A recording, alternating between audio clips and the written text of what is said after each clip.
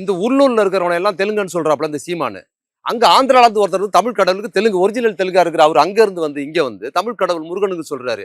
வாய முடிக்கிட்டு இருக்காப்புல சீமானு. பேச வேண்டிய உனக்கு என்னையா தமிழ் தெலுங்கனான உனக்கு என்ன தமிழ் கடவுள்னு பேச வேண்டியது தானே. இந்த முருக சமாச்சாரங்கள்ல சீமான் எந்த பொந்துல போய் ஒளிஞ்சாருன்னு தெரியல பாத்தீங்களா. அப்படியே சைலண்ட் எப்படி இருக்காங்க சங்கிகள் எங்க தோட்டத்தில் இருக்கு அப்படியே அமைதியா இருக்காப்புல. உண்மையில் இதுல என்ன நன்மை நடந்திருக்கு முருக மாநாட்டுல ஒரே ஒரு நன்மை நடந்திருக்கு. அதிமுக பஞ்சராட்சி ஒண்ணு இவங்க செல்வாக்கு பெருசாவல. இன்னொரு பெரிய நன்மை என்னன்னா இந்த முருகனை வச்சுக்கிட்டு இங்க தமிழ் சங்கித்தனம் பண்ணிக்கிட்டு இருந்தது சீமான் தான். அவர் வண்டி பஞ்சர் ஆக்கி விட்டாங்க. சீமானோட அந்த முருகன் வண்டியை வச்சுக்கிட்டு அவர் இங்க வந்து இனவாத அவங்க எப்படி வந்து ராமரை ஒத்துக்கிட்டாதான் நீ இந்தியன்னு சொன்னாங்க சங்கிகள் இந்தியா முழுக்க.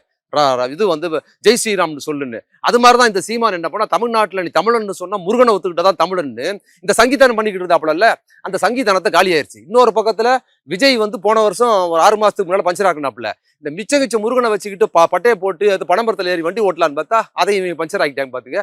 டோட்டலா என்ன இருக்குன்னா சங்கிகளும் சங்கிகளின் தோழர்களும் சங்கிகளோட ஐடியாலஜி சேர்ந்தவர்களும் என்னாங்கன்னா அவங்க பஞ்சர் ஆகிருக்கிறாங்க. திமுகவோட கை ஓங்கி இருக்குது மாநாட்டுலங்கிறதுனால பதட்டம் அடைகிறாங்க. ஆனா மாநாட்டுக்கு நிறைய பக்தர்கள் வந்தாங்க, கந்த சஷ்டி கவசம் பண்ணாங்க. அது ஒரு வெற்றி மாநாடு தானே பாக்குறாங்க பிஜேபி.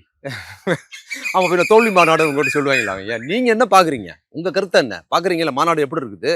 ஏன் வந்து அந்த அந்த மாநாட்டுல இந்து முன்னணி நடத்தின அந்த மாநாட்டுல பெரியாரும் அண்ணாவையும் திட்டி தான் போசுவாங்க. ஆசிரியரை பத்தி திட்டி தான் போடுவாங்க. திராவிட கழகத்துல ஆசிரியரை பத்தி வீடியோ போடுறாங்க, திட்டி தான் போடுவாங்க.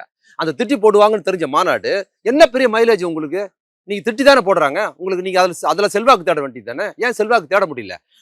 அது வந்து ரிவர்சல் ஆகுதுங்கிறதுனாலதான் இந்த பதட்டத்துக்கு நீ படுறீங்க. இவ்வளவு பதட்டப்பட வேண்டிய அவசியம் அதிமுக என்னன்னா அது நமக்கு அவமானம் ஏற்படுத்துது, நமக்கு பின்னடைவு ஏற்படுத்துதுங்கிறதுனால சொல்றாங்க. அந்த மாநாடு தோல்வி என்பதற்கு அந்த வீடியோ போட்டது தவறுன்னு போன அதிமுக உட்காந்து ஆன்னு பார்த்துட்டு கை தட்டிட்டு வெளியே வந்து சொல்றாங்க பாத்தீங்களா, அதுவே சாட்சி. அதுல பாஜக காரங்களே சொல்றாங்க அந்த வீடியோவை போட்டது எங்களுக்கு தெரியாது, அது பாஜக காரங்களே சொல்றான் இல்லைங்க. இதுதாங்க வெற்றி. யாருக்கு வெற்றி? திமுகவுக்கும் திராவிட இயக்கத்துக்கு வெற்றி. அப்போ ஒரு இந்துத்துவ மாநாட்டில் பெரியாரையும் அண்ணாவையும் திராவிட கழகத்தையும் இழிவாக சித்தரித்து போட்ட ஒரு வீடியோவை யார் கண்டிக்கிறாங்க? நாங்க ஒன்றும் பெருசா கூட கண்டிக்கல. இப்ப அதிமுக காரன்னு ஐயோ எங்களுக்கு சம்பந்தம் இல்லை, நாங்க அதை பார்க்கலன்னு சொல்றாங்கல்ல. இது மாநாட்டுக்கு கிடைத்த பாவரும் தோல்வி. பாஜக சேர்ந்த சீனிவாசன் அவங்க எல்லாம் சொல்றாங்கன்னா அது இந்து முன்னணி குறித்த வீடியோ, இப்ப எடுத்த வீடியோ கிடையாது, பல வருஷத்துக்கு முன்னாடி தலைவர்கள் பத்தி தவறா யாரும் பேசலன்னு முட்டு கொடுக்குறாங்கல்ல. அப்ப என்ன அர்த்தம்னா அந்த மாநாடு அட்டர் பிளாப், தோல்வி அடைந்திருக்குது. இப்ப மாநாட்டுக்கு பின்னால அதிமுக பாஜக கூட்டணிக்கு ஒரு பெரிய பஞ்சர் ஏற்பட்டிருக்கு.